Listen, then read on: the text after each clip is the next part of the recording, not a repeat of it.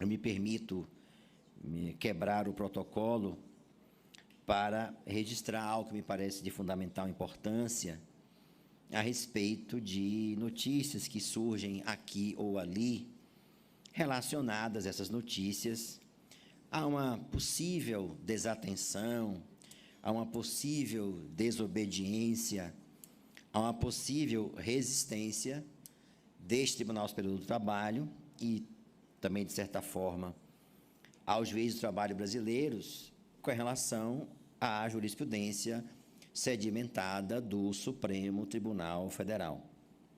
Permito-me afiançar, e falo em meu nome pessoal, mas certamente refletindo o pensamento de magistrados do Brasil inteiro, que, a meu sentir, não há, não existe, nunca houve e não haverá qualquer descumprimento de decisão judicial, seja ela Supremo Tribunal Federal, seja ela de um juiz de primeiro grau, que nós aprendemos que decisões judiciais são proferidas para serem cumpridas.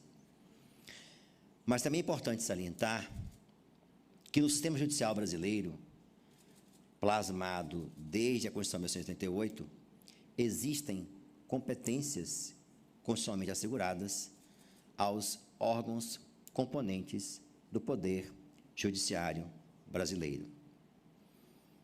Ao juiz de primeiro grau incumbe a árdua tarefa de investigar, de coletar a produção da prova e definir os contornos fáticos e jurídicos da pretensão que é levada à apreciação no primeiro grau.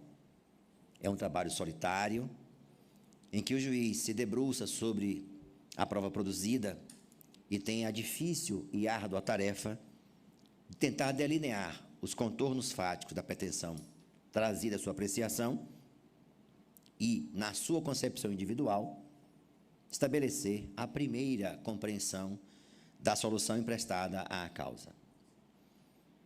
Nessa tarefa de coleta da prova, ele é soberano.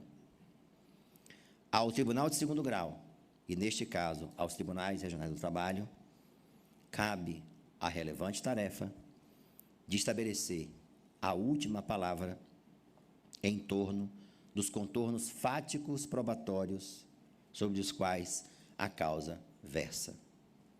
Nesse mistério de definir o que nós chamamos neste tribunal de registro fático probatório, o Tribunal Regional do Trabalho é soberano.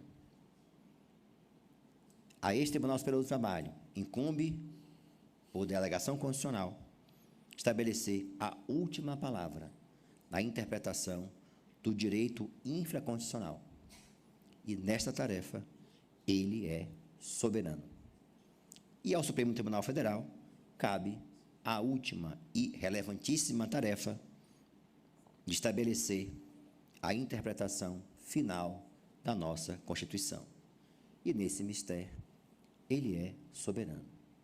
Portanto, cada um dos órgãos que compõem o Poder Judiciário brasileiro atua soberanamente nos limites outorgados pela atual Constituição. Por mais que queira, o Tribunal Superior do Trabalho não pode rever o que disse o Tribunal Regional do Trabalho sobre os fatos e as provas. Mas também, por mais que queira, o Supremo Tribunal Federal não pode, não tem competência em matéria infraconstitucional. Portanto, é como se fôssemos, cada um de nós, participantes, aliás, não competidores, de uma prova de atletismo, que cada um atua numa raia própria, razão pela qual jamais haverá, até porque não comporta qualquer tipo de desatendimento, o descumprimento por parte deste tribunal a qualquer decisão do Supremo Tribunal Federal. Isso não está em jogo, isso não está em discussão. E este tribunal tem ciência plena e completa da sua competência que é assegurada no sistema judiciário brasileiro. E dela não renunciará. Não se trata de modo algum, de desobediência ao Supremo Tribunal Federal, mesmo porque todos nós, de maneira pessoal, e esta Corte, de maneira institucional, tem maior respeito pelo Supremo Tribunal Federal, mas também exige respeito institucional, que deve ser outorgado a esta Corte.